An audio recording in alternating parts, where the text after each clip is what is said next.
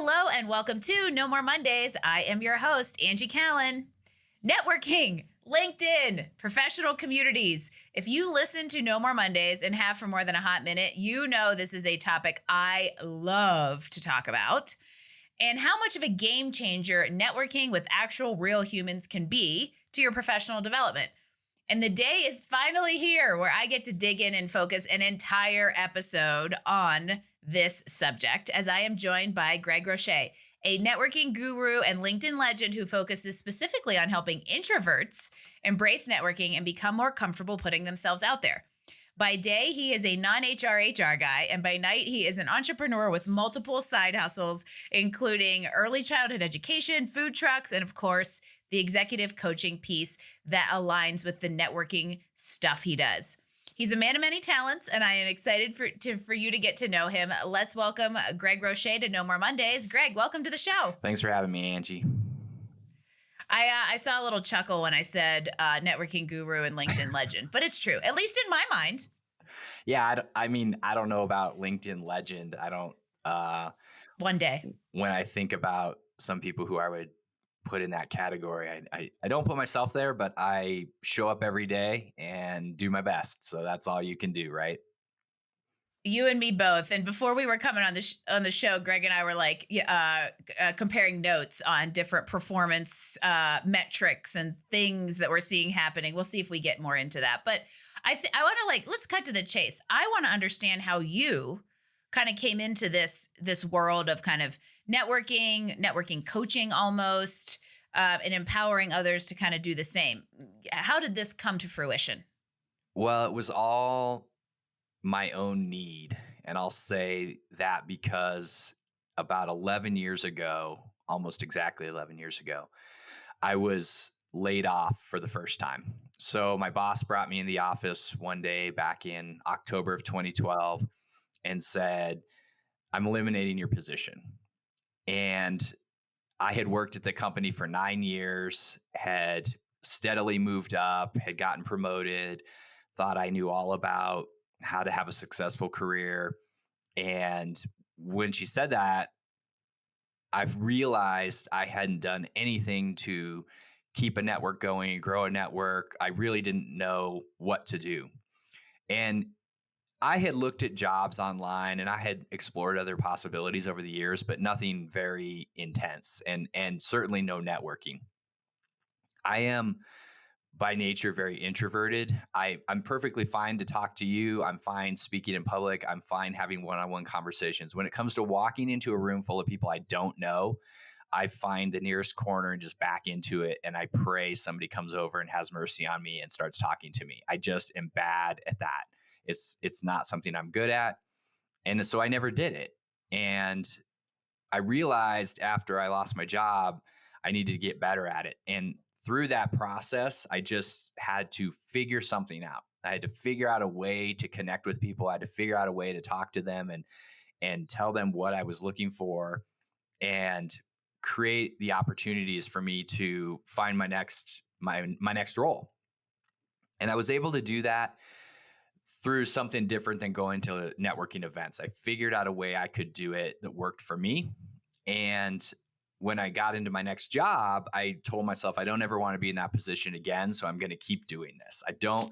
And that's the hard thing about working with people who are in this situation is when you really need your network is not the time to be growing your network. Like it's just like if you have a garden, you can plant the seeds today, but you're not going to eat anything out of the garden for months. It's going to take time. And the problem is nobody thinks about that until they really are in that situation.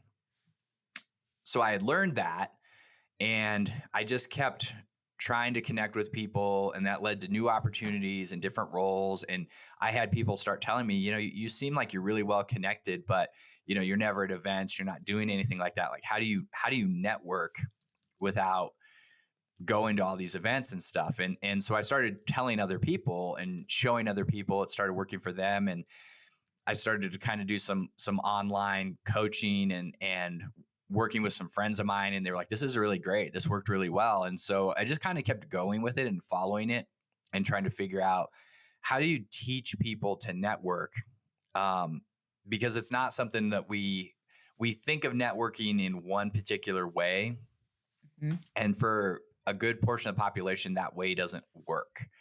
And so it really grew out of my own need. And I would say the first time I had to find a job, it took me 3 months, which wasn't bad, but it happened through connecting with people and networking. The second time, and I did get laid off again, about 6 years ago. Um, when that happened, it only took me 3 weeks to land my next role. So I took months and Yes, and there's the punchline. turned Yes. months into weeks. Now, Yes. is that always going to be the case? Probably not, but you can definitely shorten your search time if you have that network already in place when you need it. So that's kind of how I got into it, and I've just kind of stuck with it, and I'm now just trying to tell people about it, help them understand, and really I talk about it every day because I hope somebody will come across my LinkedIn posts or my newsletter and will think to themselves, hey, I know I need to network. I don't really need it yet, but I'm going to get started because this guy tells me every single day I need to do it now instead of waiting until I actually lose my job. Yeah. Yeah. And then if Greg doesn't tell me, I see Angie and she's telling me, because you hit the nail on the head, and I want to visit this a little bit more later, is that, you don't start growing food when you need to eat, Mhm. right? If you're thinking, even if it's an inkling, you're probably already behind the eight ball. Because I also feel the approach has a lot less pressure on it and feels a lot less icky if you're doing it more proactively than during the time of need, where you literally are in a position of asking people for help. And I love when somebody is the like specific real world example of something that I tell people, which is, if you proactively and just consistently network, whether you need a job or not, you will likely never have to go into an aggressive job search, because opportunities will come to you and you'll have the right connections to kind of make that stuff happen. Mhm. So yes, yes, yes, yes. Preach, preach, preach. And I also really enjoy that, like, this idea of just from the giving the information out, it really came from your own need. And it's interesting how often I find that to be the case, because if you had this need for, like, how do I go about Mhm. this, others probably do too, and now you're taking what you learned firsthand and giving it to others so they don't have to go through the learning curve.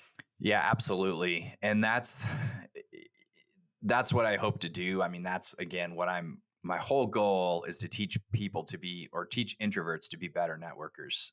That's what I say in my profile. That's what I tell anybody when they say, "What do you do?" That's my sort of one line answer to that. And it, what I've seen in working with other people is it's worked for other people. And so, like you said, there's other people out there who are in the same position. The thing about it is, when I actually break it down and tell them, here's what you need to do, they usually say things like, it can't be that simple. And I say, well, it's simple, but it's not easy. It's certainly, the steps are simple, but it's hard to do because you have to go out and do it. Nobody's going to come and network for you. Nobody's going to come to you and say like, hey, let me, I'm going to start the conversation. And that can be scary for people, but there's a lot of ways to make it less scary. There's a lot of things you can do to get started and get some momentum. And once you start doing it, you get consistent. I've had people say, that thing you told me to do seemed really like it didn't seem like it was going to work. And it didn't seem like, it didn't seem like a good use of my time, but I did it, and it was not only very valuable, but it was fun. I had a good time doing it, and so now I'm like, I know. networking can be fun, and doesn't have to be this thing that we all dread if you take a certain approach to it. Yeah. And that I Yeah. love to hear that kind of stuff, because I think it's pretty straightforward too. Like I said, it's the steps are simple, but you have to show up. And you can't just show up for like a week. Like, you got to show up consistently.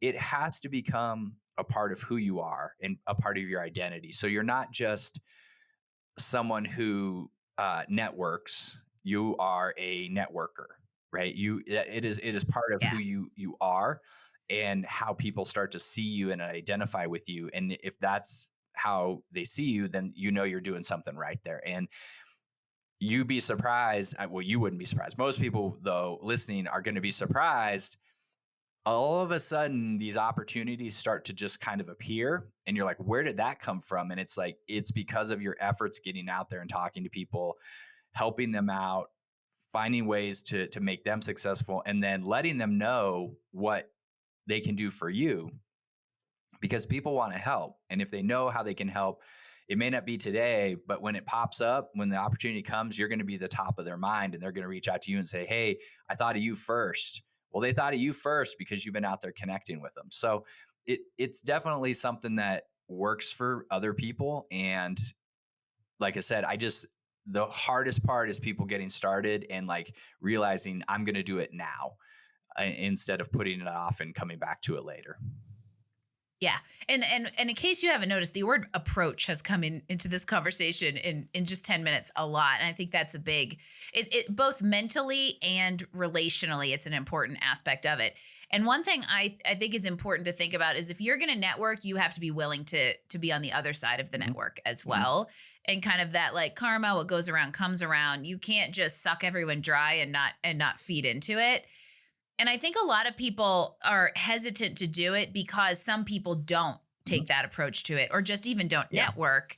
And so, there's this idea of like, okay, well, I reached out to 10 people and only 3 responded. Okay, that's great.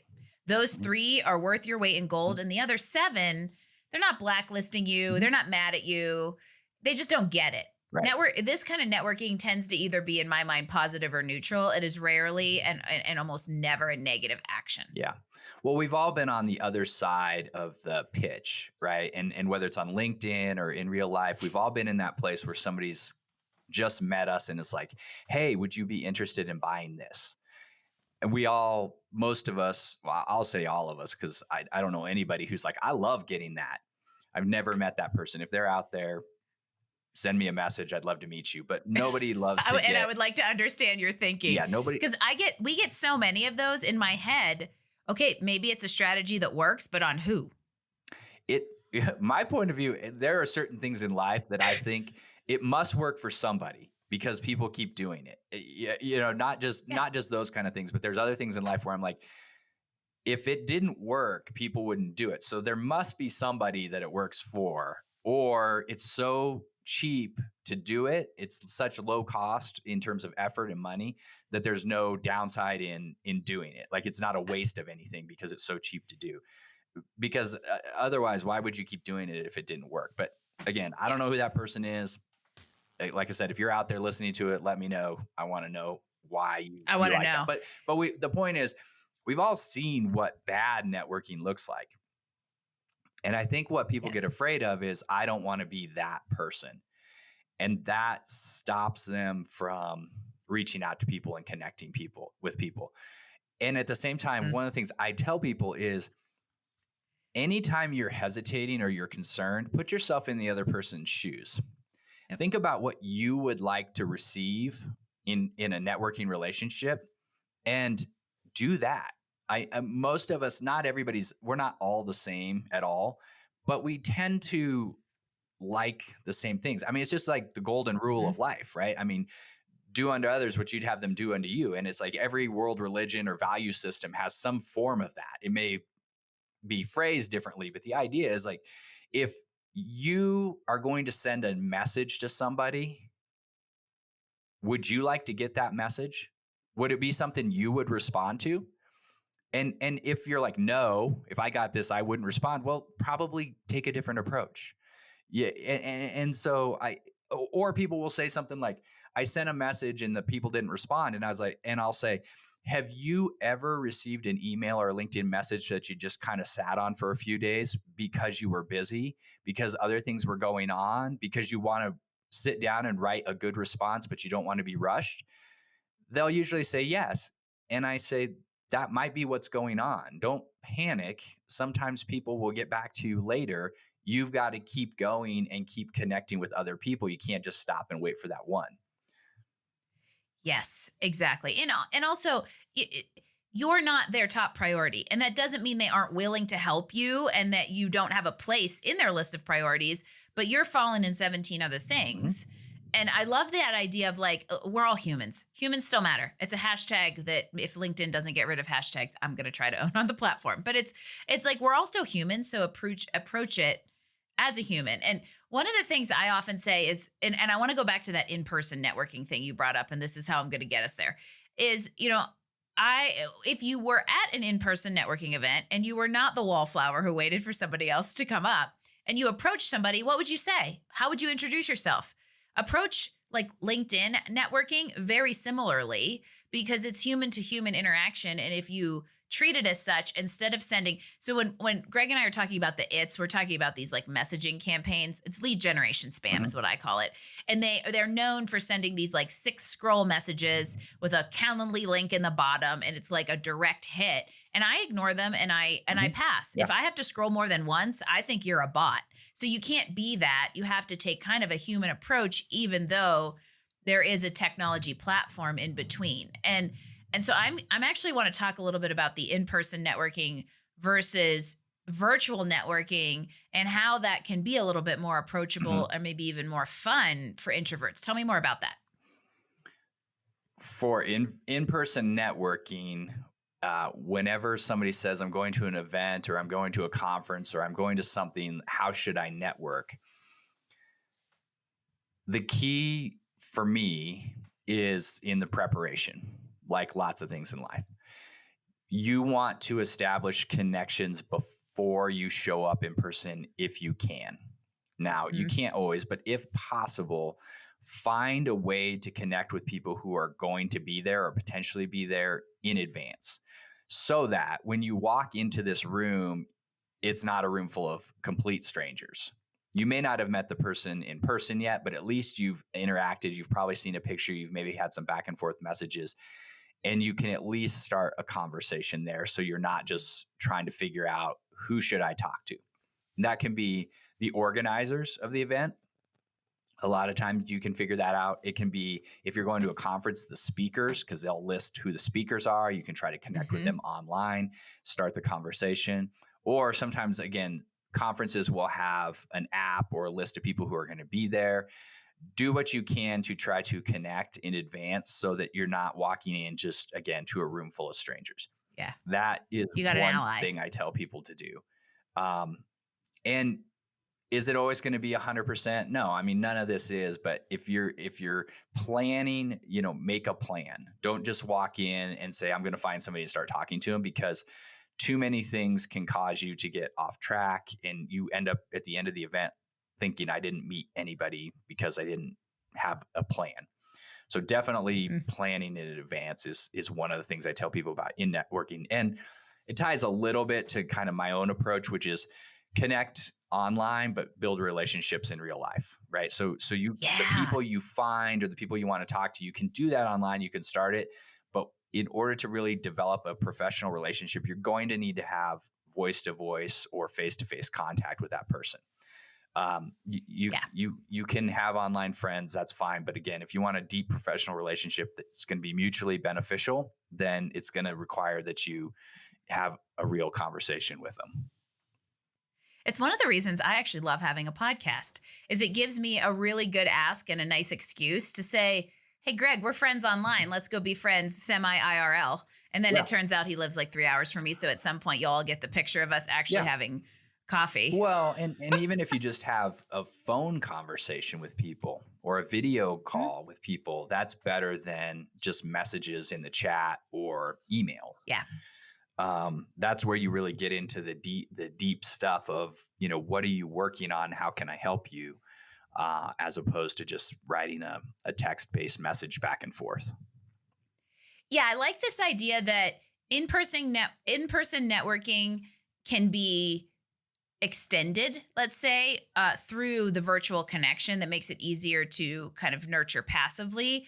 But then virtual networking can become more meaningful if you do move it to more personal platforms. And one thing I want to bring into this conversation is, I still think starting with virtual networking is the way easier path of least resistance for a few reasons. One, if you can man up and get yourself to send the message, that is a lot easier than walking into a room full of strangers, even if you have made some pre-connections. And also, unless you're going to like a specific networking event for your industry or your profession or a conference aligned with your profession or your industry, in-person networking is kind of a crapshoot, Mhm. is how I Yeah. look at it. You just don't know who you're going to walk in that room, who is going to be kind of helpful to you, who you're going to be helpful to. Yep. And even if they are in the room, you don't know if you're going to come across them or if they're going to be the one who approaches you. Where like something like LinkedIn or virtual networking gives you the ability to be really strategic and targeted Mhm. with who and how you network. And then you can move those Yep. conversations to more personal means. Yeah, absolutely. I agree with that. And I would say, one of the things, whether it's LinkedIn or any other social platform, but we'll stick with LinkedIn because it's the one most people think about with professional networking.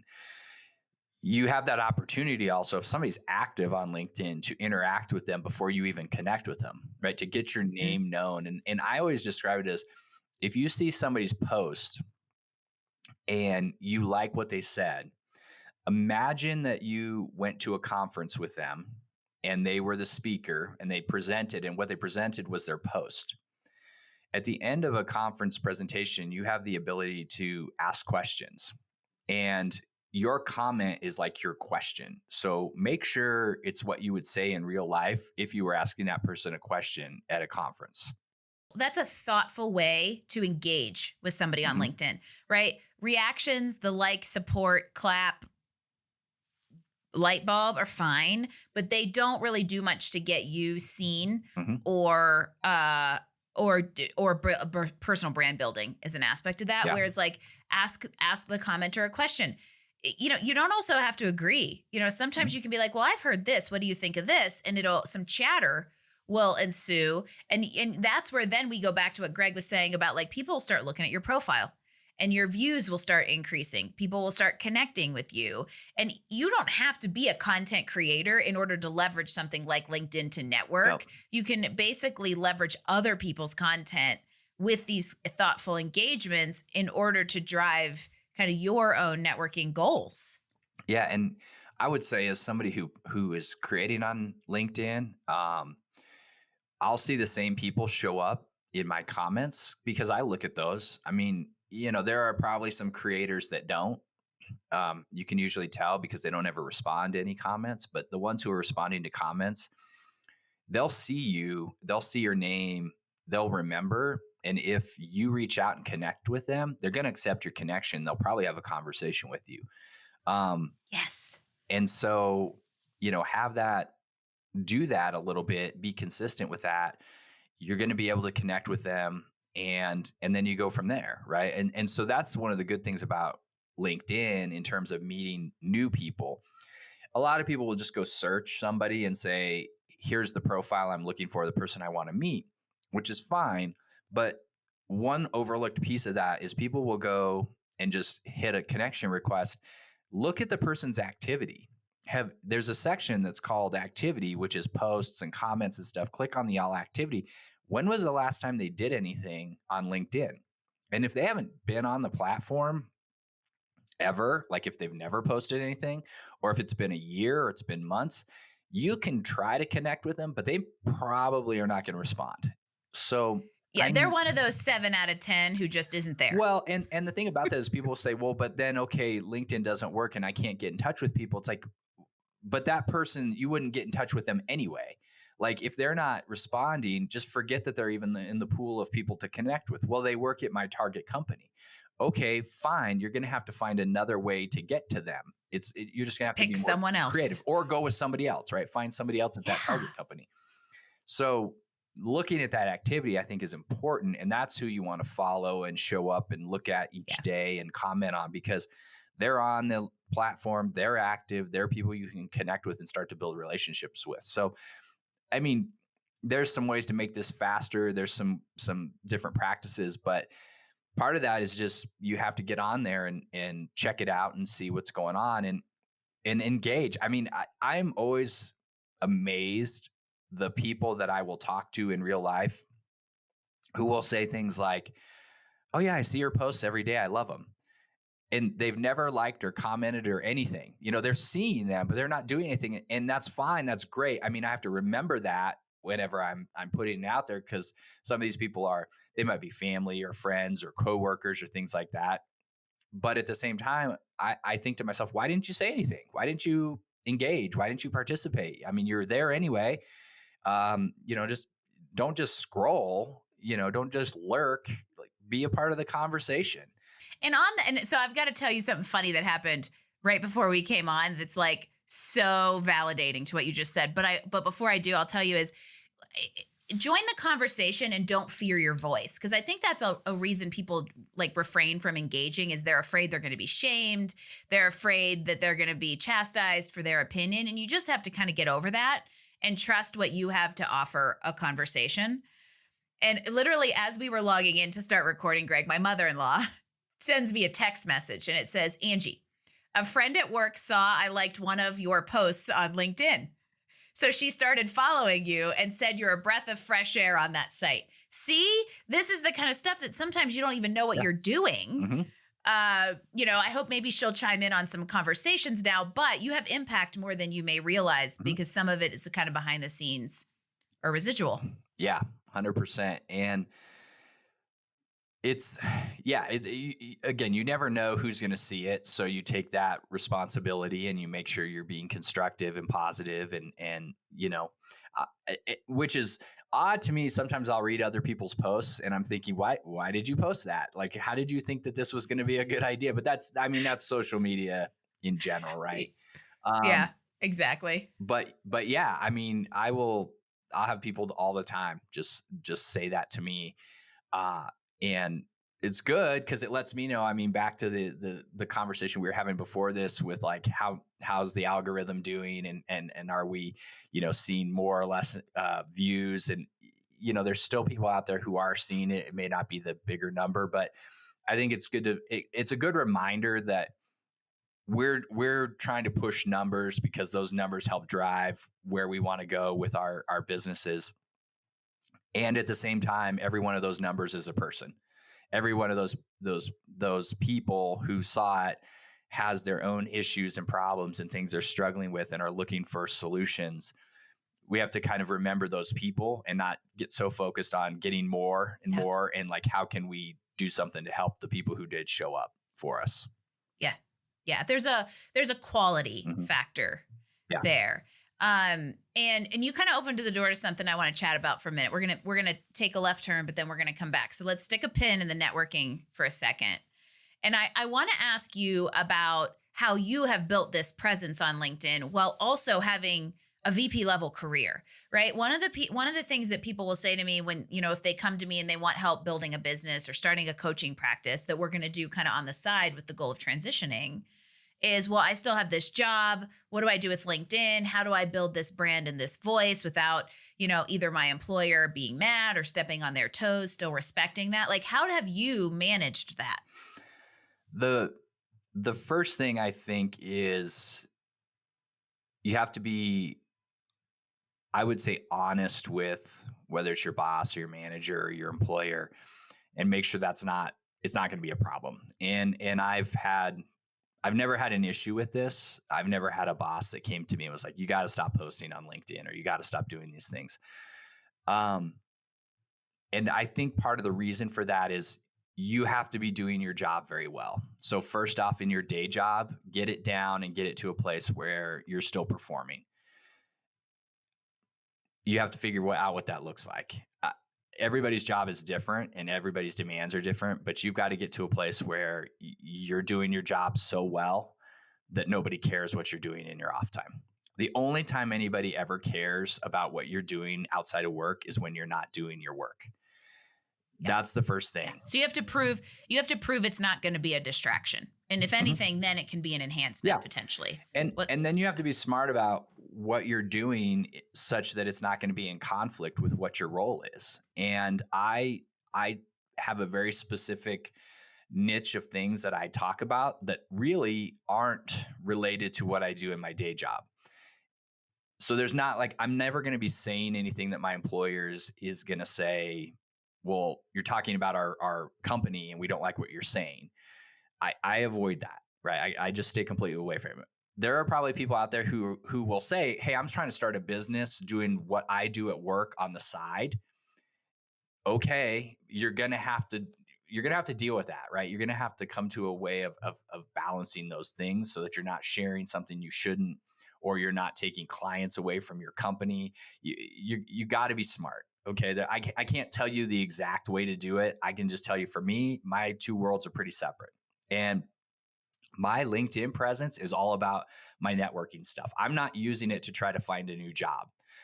Yes, if you look on my profile, you can see what my day job is. You can see what my title is. You can see where I work. That's fine. If people will say, well, then recruiters can't find you. I'm like, I don't care. I'm not asking recruiters to find me right now. Now, you may be in a different spot where you need recruiters to find you. So, okay, post your role and what you're doing, but you're going to be using LinkedIn for a different thing. So again, if you're doing well, you're not going to have an issue. If you're staying out of conflict with your employer, you're not going to have an issue. I think the other thing is time. Having a job, this is what I've found. And again, look, I'm not sitting here saying like I've got this like 6-figure side business that's totally like paying for my lifestyle and I'm ready to quit my job, because I'm not there.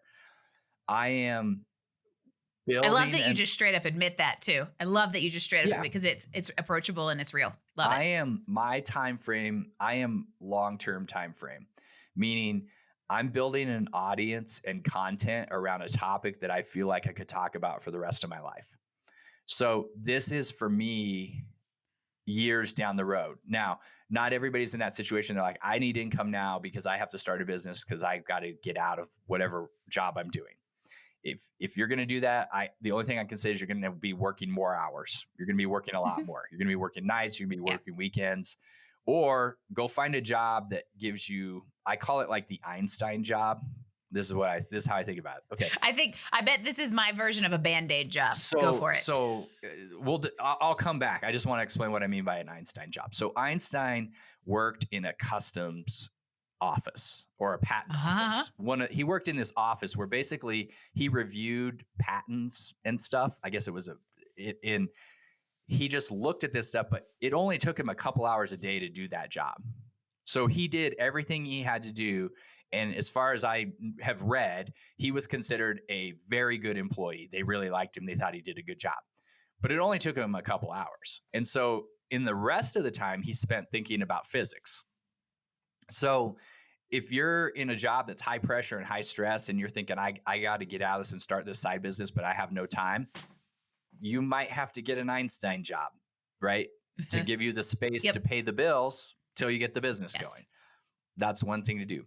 I happen to be in a role where I have a strong team. I have doing something that I've done for a while. It takes full time, right? I work full time. And I'm able to spend enough time each week to continue to create content and grow my audience around this topic. What it forces me to do is get really, really focused on the things I need to do instead of wasting a bunch of time chasing different trends and different growth strategies and things like that. I have to boil down really, really clearly, what am I going to spend my time on each day in order to continue to grow this audience. So I'm always looking for how can I be the most efficient at this, because I don't have extra time to just mess around. I limit my time, commenting and engaging on LinkedIn to mostly the morning. Sometimes if I have some extra time in the afternoon, I will look and see what's going on. I spend some time on weekends developing content, but again, I'm not like working till 5 or 6 and then working till midnight. I don't do that. I have a family. I've got a lot of other things going on in my life that, it's not just work in the business.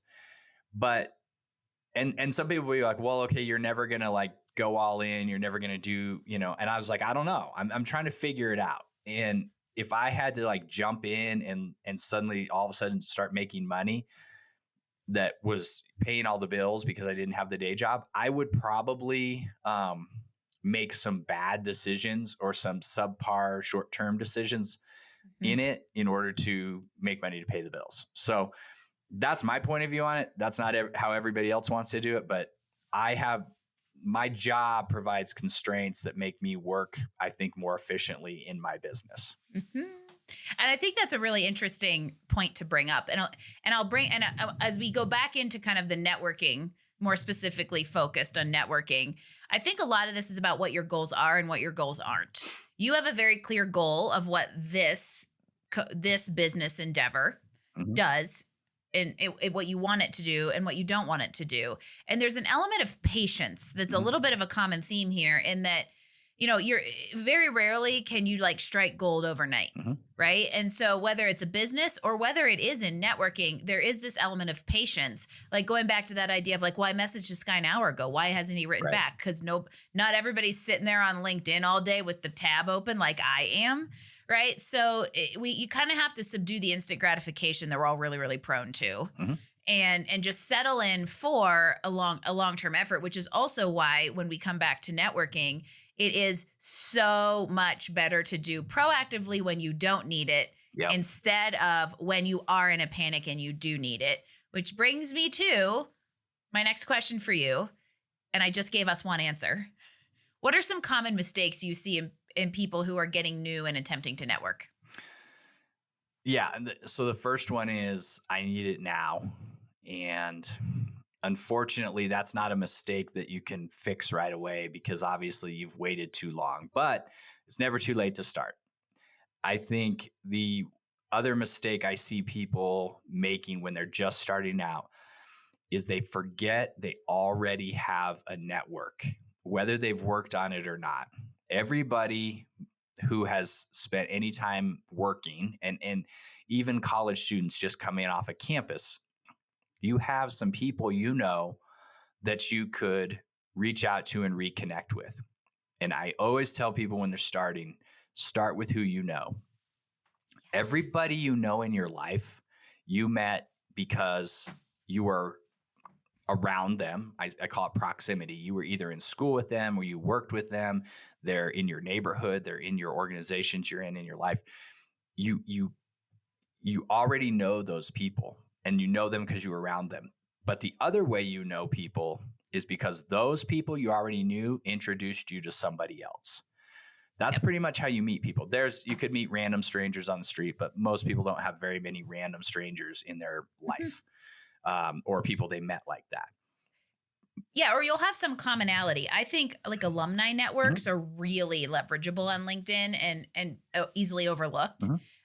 And when I say alumni, I either mean school alumni or company Mhm. alumni because it gives you a common link and an air of familiarity that makes it not so cold of an Yeah. outreach that feels better because you can say, "Hey, we went to school together. I'm also living in Denver. I'd love to Yeah. connect." And that's where it gets the ball rolling. Yeah. There's a level of trust. It may not be the same level with everybody you've got relationships with that you talk to all the time, but there's already this level of you're not some random person who's cold emailing or calling somebody. You're somebody, like you said, have commonality with, and that's going to at least start the conversation. And Yep. that's again, people will be like, who should I search for on LinkedIn and how should I find these people? And it's like, have you gone through each place you've worked on your resume and you've gone on LinkedIn and seen which people that work there in your location, wherever you might know them, are you first connections with those people? If not, start there. Are you already first connections, but you haven't talked to them in a year or so? Reconnect, send a Warm it message up.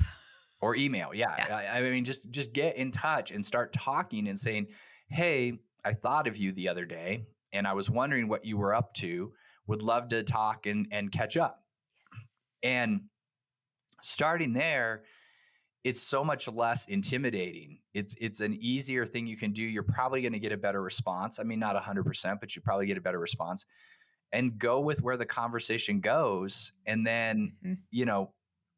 See how you can help other people. I mean, I think that's the other thing is people Yeah. think I've got to have this pitch that gets them to do Yeah. something for me. How about you ask them what they're doing, listen to what they're working on, and find a way to give them something? If you can do that, they're going to turn around and say, ma'am, you were so helpful. What can I do to help you? And then Yep. You don't even have to ask, right? You're like, oh, hey, I'm interested in this, and this. Who should I talk to? Right. That So door just opened. And people really do love to talk about themselves, which is why we tend to approach to lead with that foot. And I love that you gave a little like riff of a message you would send, because I was going to ask you like, hey, give us an example of a message to send. mhm. And it's just literally, it's just like you would walk up to somebody at an alumni networking event and being like, hey, I haven't seen you for a while. What have you been up to? Yeah. Let's reconnect. It is that conversational. And I think it's easy to overthink it and try too hard. And then you do seem like too much of an opportunist because you're leading with the me foot instead of the, Yeah. hey, tell me about you foot, which is that approach thing we're talking about. Yeah. That's what I tell people. They'll say things like, well, what am I going to talk to this person about? What am I going to have? What's a conversation look like? And I say, ask them about their favorite topic. And they'll be like, well, how would I know that? I was like, it's the same for every person. It's themselves. It's what you just said. We are our own favorite topic, not because we're self-centered. It's just, we're the person we spend the most time with. We know the most about ourselves. It's what we know best. We can talk about ourselves all day long, right? Yeah. And when you start having those conversations and you're really listening, you will hear things that you go, oh, I have an idea for that. Or I know a person who does that. Or I could recommend a book they should read. That's when I say give, like those are the kind of things I'm talking about. I'm not talking about finding them a life-changing opportunity, just the smallest little thing. And this is something that Robert Cialdini, he wrote the book Influence, and he talks about reciprocity. It's one of the 7, now there's 8 principles, but one of the original 7 principles of influence is reciprocity.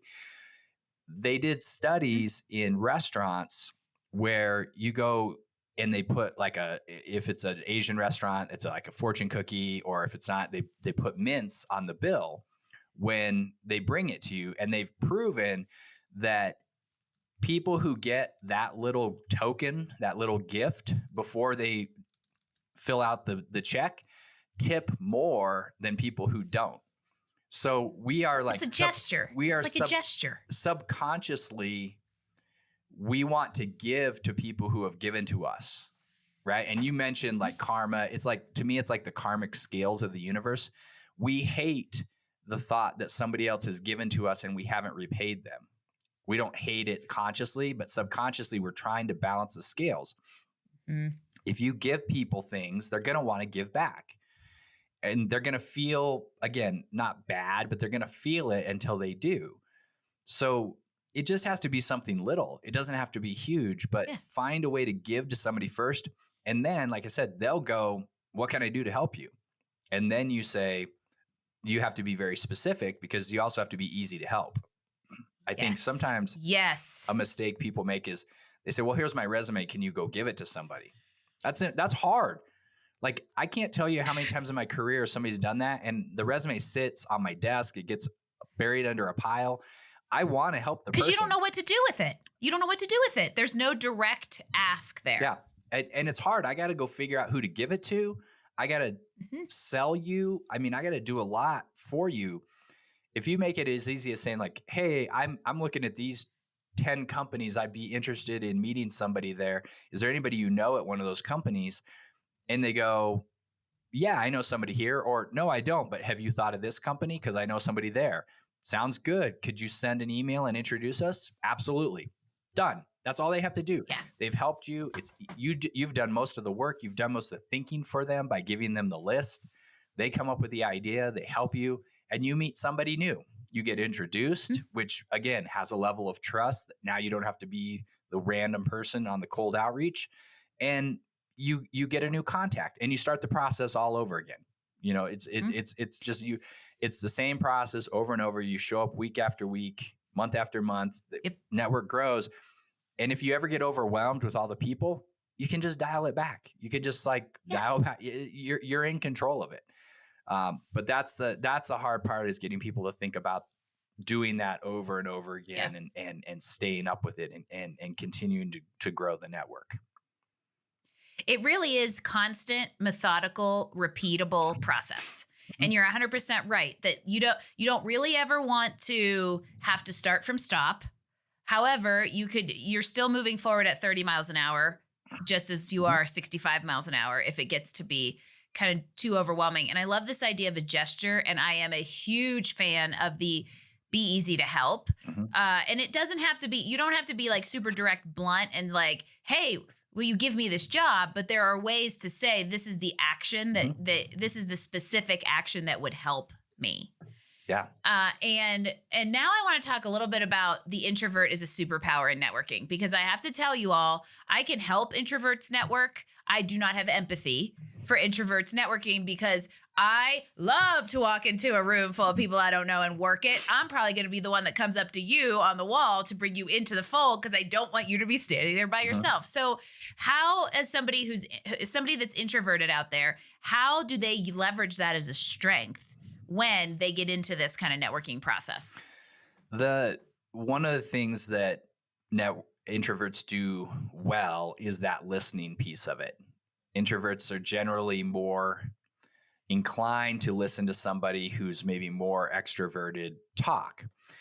And I think sometimes, while that can be a superpower because most people love to talk and they love to be heard, one of the things that I tell people is if you can't give anything else, just give your attention because we all have it and everybody else wants it. So give them your attention, but also introverts tend to like to ask questions, deeper questions. So continue to ask good questions to draw out from the person who's talking a little bit deeper level of what they're working on or what they're challenged with, or tell me more about that. Use that sort of curiosity to get the other person to tell you more so that you can be focused on helping them.